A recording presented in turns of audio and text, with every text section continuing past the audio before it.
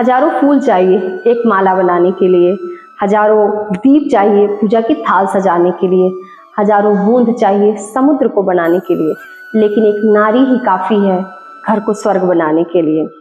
आप सभी को इंटरनेशनल वुमेन्स डे की ढेर सारी शुभकामनाएं। भविष्य को साकार रूप देने के लिए सक्रिय भूमिका निभाने वाले अभिभावकों को बहुत बहुत धन्यवाद। के प्यार, समर्थन और मार्गदर्शन के लिए बहुत बहुत आभारी हूँ। इन्वायरमेंट बच्चे के जीवन में कितना इम्पोर्टेंट रोल निभाती है, अगर बहुत ज़्यादा इम्पोर्टेंट रोल निभाती है कि बिना एनवायरनमेंट दिए बच्चा पढ़ नहीं पाएगा, उसको एक हेल्दी इन्वायरमेंट होना चाहिए, टीचर स्टाफ सारी चीज़ें मौजूद रहें। तो एपीजे अब्दुल कलाम के बारे में ऐसा क्यों नहीं कराना चाहिए, ये भी होना चाहिए हमारे बच्चों को, क्योंकि आज के जनरेशन में बच्चे कम है, 1 या 2 मैक्सिमम। तो सोचते हैं माँ बाप की सब कुछ मिल जाए। पहले है कि घड़े हैं, ये हम लोग कुम्हार हैं, जैसे हम इनको आकृति में ढाल देंगे वैसे बच्चे हमारे ढलेंगे। कि रात रात भर पढ़ते थे, लालटेन में पढ़ते थे, जिनके घर में इन्वर्टर है।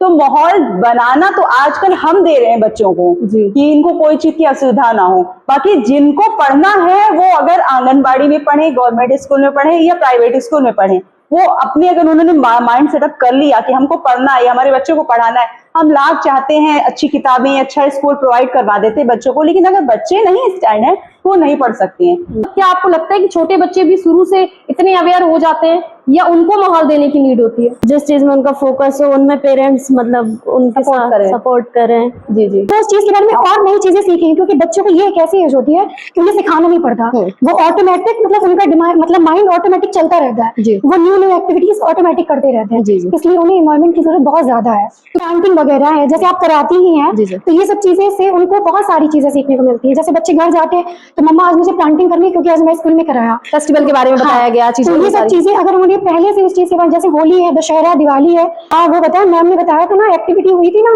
तो वहाँ पे रावण ने सीता को चुराया था, रावण गंदा है, राम जी ने सीता को बचाया था। लेकिन अगर मैं ये कह रही हूँ, अगर बच्चों को सारा एनवायरनमेंट अच्छा दिया जा रहा है, उसको सारे रिसोर्सेज दिए जा रहे हैं, तो सारे बच्चे सक्सेस क्यों नहीं हो रहे?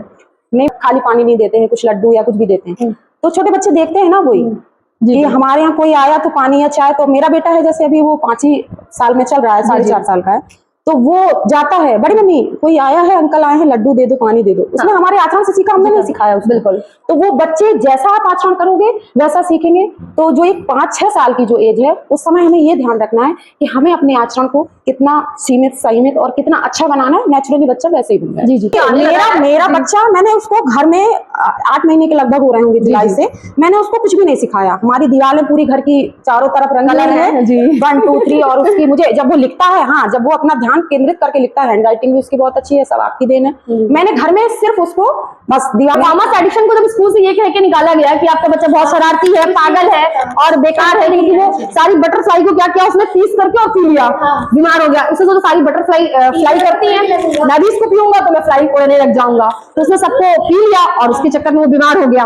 तो ऐसी जब उसकी हरकतें आई सामने, नहीं ऐसे वो प्रयोग करते रहते थे, क्योंकि उनका माइंड ऐसा था कि वो ग्रो। उसे स्कूल से निकाल दिया गया उनकी मदर को बुला के, और जब वो मदर घर गई अपने बच्चे के लिए, तो उन्होंने कहा कि बोले कल से बेटा तुम्हें स्कूल नहीं जाना है। बोले मैं स्कूल मम्मी कल से क्यों? उन्होंने ये नहीं कहा कि तुम्हें निकाल दिया गया स्कूल से कि तुम बेकार बच्चे, उन्होंने ये कहा कि बेटा तुम बहुत अच्छे बच्चे हो और तुम्हारे पढ़ाने योग्य वहां पर माहौल नहीं है, और सारे बच्चे ऐसे नहीं है जो तुम्हारे योग्य हो, साथ पढ़ सके। तो बच्चों को हमें किस तरह का दर्शन देना है, बच्चों को हमें किस तरह की प्रतिभा दिखानी है, बच्चों को किस तरह का हमें चरित्रार्थ बताना है, ये एक मदर बहुत इंपॉर्टेंट, माँ की बहुत बड़ी भूमिका जो होती है। मुझे कहीं ना कहीं लगता है बहुत ज्यादा एपीजे अब्दुल कलाम के बाद परिवार से भी लड़ जाती है, समाज से लड़ जाती है। मतलब बच्चों के लिए कितनी मूवीज ऐसी बनी हुई है, जो समय है वो हमें उसका सदुपयोग जो करना है वो घर के कामों में नहीं करना है, वो हमें उस पर फोकस करके करना है। बच्चों को ही पूरा टाइम हमें देना चाहिए, क्योंकि बच्चों का ये बचपना भी फिर हमें देखने को नहीं मिलेगा। बिल्कुल नहीं, उनके एक एक पल को आज हम जी सकते हैं। वो जो मकान करूंगी, पढ़ाई भी करूंगी, आपके जैसे बच्चे भी पालूंगी और आपके जैसे काम भी करूंगी। अगर हम जो काम कर रहे हैं तो उसका फल हमारे बच्चे देख रहे हैं, प्राथमिकता अपने बच्चों को दे, वो तो है। उसके बाद अगर हम इतने सक्षम है तो हम इंसान आगे सबका ध्यान दे सकते हैं। वैसे भी नारी को तो कितने शक्ति, एक हाथ में झाड़ू, एक हाथ में तलवार, पता नहीं कैसी कैसी फोटोज आपने अवतार में देखे, वो तो हर रूप में है, कलम भी है उसके हाथ में, चिमटा भी है, बेलन भी है। बट बच्चों का अलग अलग सबका स्वभाव नेचर सबका अलग अलग रहता है। तो ये नहीं कह सकते कि बच्चों को क्या करें क्या कहें, थोड़ा बहुत तो उनका अंदर से भी ये रहता है कि इसमें रुचि है, इसमें नहीं है। तो बच्चा कोई ड्राइंग में है आगे, कोई पढ़ाई में भी है, कोई डांस में है, तो सबका अलग अलग नेचर होता है, रुचि सबकी अलग अलग रहती है कि किस पे ज्यादा फोकस है इनका। तो माहौल तो जरूरी है, बच्चों की रुचि भी होती है। जी बिल्कुल, बच्चों को क्या करना है, जबरदस्ती कुछ नहीं करा सकते। बहुत कॉन्फिडेंस है कि ये बच्ची एक दिन नाम जरूर स्कूल का रोशन करेगी। बहुत ब्रिलियंट गर्ल है।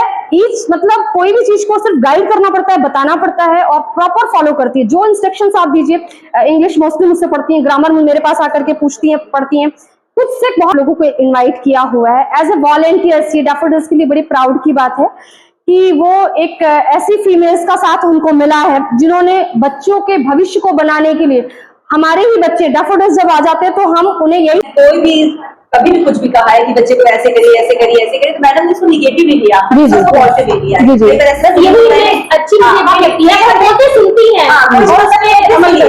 जो आपके स्कूल का आगे भी थोड़ा श्रेय तो मैं आपको ही दूंगी।